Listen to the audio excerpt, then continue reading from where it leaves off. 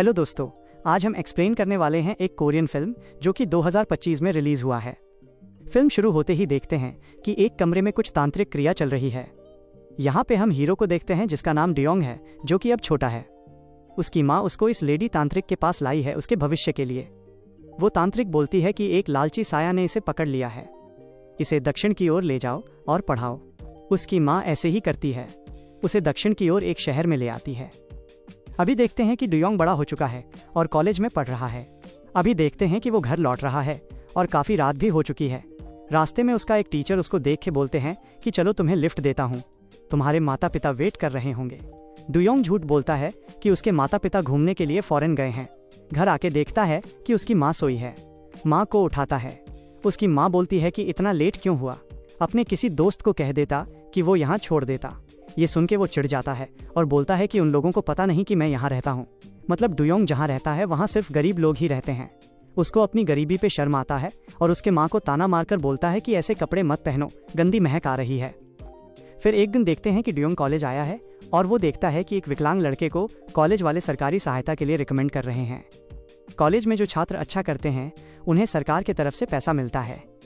De Jong इसके लिए अच्छा मेहनत किया था। वो ये सब देखने के बाद अपने एक टीचर के पास जाकर पूछता है। टीचर ये बोलकर निकल जाते हैं कि अगले एग्जाम के लिए प्रिपरेशन करो। इसके बाद देखते हैं कि डियोंग नीचे जाने के लिए लिफ्ट में है और तभी वो विकलांग लड़का वहाँ आता है। डियोंग उसको बोलता है कि विकलांग हो तो अच्छा फ़ायदा उठा रहे हो। वो विकलांग उठ के खड़ा हो जाता है और बोलता है कि मुझे मेरे उम्मीदों पर खरा उतरना है। तभी उसका टीचर आ जाता है और उस विकलांग को ले जाते हैं। इस घटना के बाद डियोंग उदास हो गया था। वो घर आके अपनी माँ से पूछता है कि क्या मुझसे कुछ अपेक्षाएं एक्सपेक्टेशंस हैं, तो उसकी माँ बोलती है कि नहीं। फिर अगले दिन देखते हैं कि डियोंग घूम रहा है और एक लड़का रोकता है और अपनी कंपनी में इंटरव्यू देने के लिए ऑफर देता है। डियोंग मान जाता है और नेक्स्ट डे उसी कंपनी में इंटरव्यू देने के लिए चला जाता है। वहाँ पे और एक लड़के से मुलाकात हो जाती है, उसका नाम कांग जेवू। दोनों इंटरव्यू में पास हो जाते हैं। डियोंग ये बात अपनी माँ से कहता है, लेकिन उसकी माँ ये जॉब के लिए शक डाउट करती है कि कैसा जॉब है। नेक्स्ट डे देखते हैं कि डियोंग कंपनी की एक पार्टी में आया है और कांग जेवू भी आया था।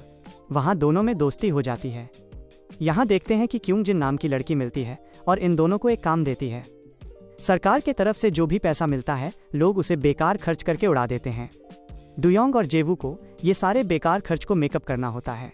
जेवू मना कर रहा होता है कि ये काम थोड़ा ठीक नहीं लग रहा है। डियोंग उसे मना लेता है और दोनों मिलकर ये काम कर लेते हैं। नेक्स्ट डे देखते हैं कि इस काम के लिए क्यूंग जिन इन दोनों को पैसा भी देती है और दोनों की तारीफ करके चली जाती है। क्यूंग जिन जाने के बाद डियोंग जेवू को डांटने लगता है क्योंकि वो एक ऐप बनाया था जो कि पूरा बेकार था।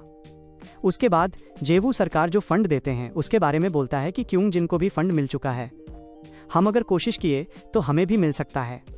इसके बाद पेपाल की ओनर की बात बोलता है कि उसे 6 बार फेल होने के बाद सक्सेस मिला। कुछ दिन बाद ये दोनों एक स्टार्टअप कॉन्टेस्ट में भाग लेते हैं और जीत जाते हैं। इनको बधाई देने के लिए वाइस मिनिस्टर मिलते हैं, उनका तारीफ करते हैं और फोटो लेते हैं। इसके बाद ये दोनों अच्छे पैसे कमाने लगे थे।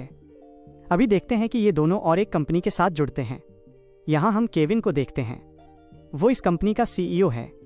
केविन जाते वक्त डियोंग का तारीफ करके जाते हैं। ये बात जेवू डियोंग को मजाक में बोलता है कि केविन तो फिदा है तुमसे। डियोंग चिढ़ जाता है और बोलता है कि हर चीज़ को मजाक में ले लेते हो, कहाँ से कहाँ तक पहुँच गए हम। जेवू को थोड़ा अजीब लगा क्योंकि डियोंग कभी भी ऐसी बात इससे पहले नहीं किया था। यहाँ पे देखते हैं कि केविन को उसका ही एक स्टाफ बोल रहा है कि क्या ये बच्चे काम कर पाएंगे। केविन बोलता है कि देखा नहीं बच्चे होके कितना कमा रहे हैं। इसके बाद देखते हैं कि यहाँ इंटरव्यू चल रहा है। 2 चेयर हैं, एक में डियोंग बैठा है और दूसरा खाली था। रिपोर्टर बोलती है कि जेवू इंटरव्यू नहीं दे रहा है क्या। डियोंग बोलता है कि नहीं, मैं अकेले देने वाला हूँ। इतना बोल के जेवू को पानी की बोतल देने को बोलता है।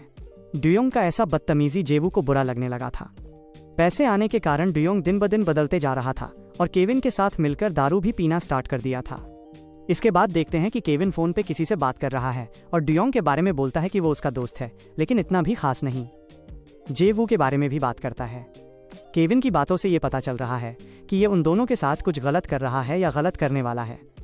इसके बाद एक बार में देखते हैं जहां डियोंग और जेवू बैठे हैं।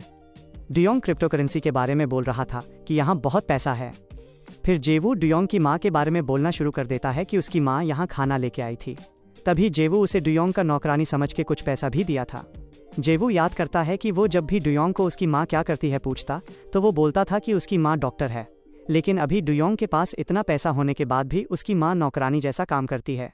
जेवू को पता चल गया था कि डुयोंग जो भी कर रहा है गलत कर रहा है।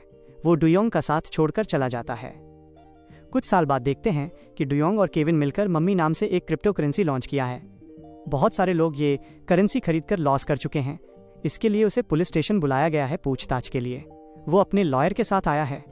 डुयोंग पुलिस को बेवजह बहुत सारे बात कह देता है जो उसे नहीं बोलना था। ये बात लॉयर भी बाहर जाकर कहती है। लॉयर की बात सुनकर उसको बोलता है कि अभी तुम बहुत बोल रही हो। ये कह के वहाँ से चले जाता है। अभी देखते हैं कि पूरा कंपनी मीटिंग कर रहा है यूएस सिक्योरिटी और एक्सचेंज कमीशन के साथ। डुयोंग को पता ही नहीं है कि ये लोग कौन हैं, क्या कर सकते हैं। केविन उसको चुप रहने को बोलता है।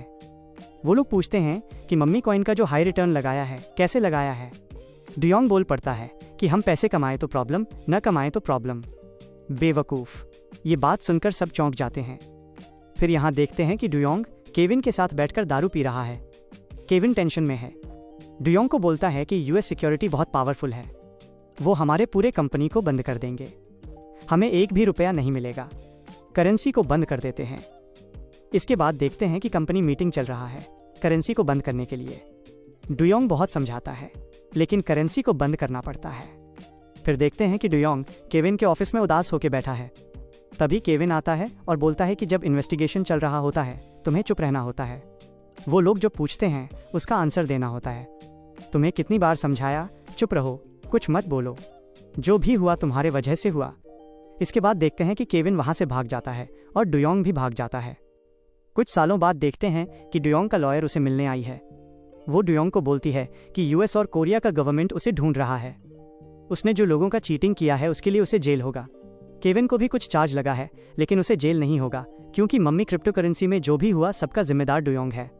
डुयोंग बोलता है कि मैं कोई फ्रॉड नहीं हूँ, मैं तो एक बिजनेसमैन हूँ मैं।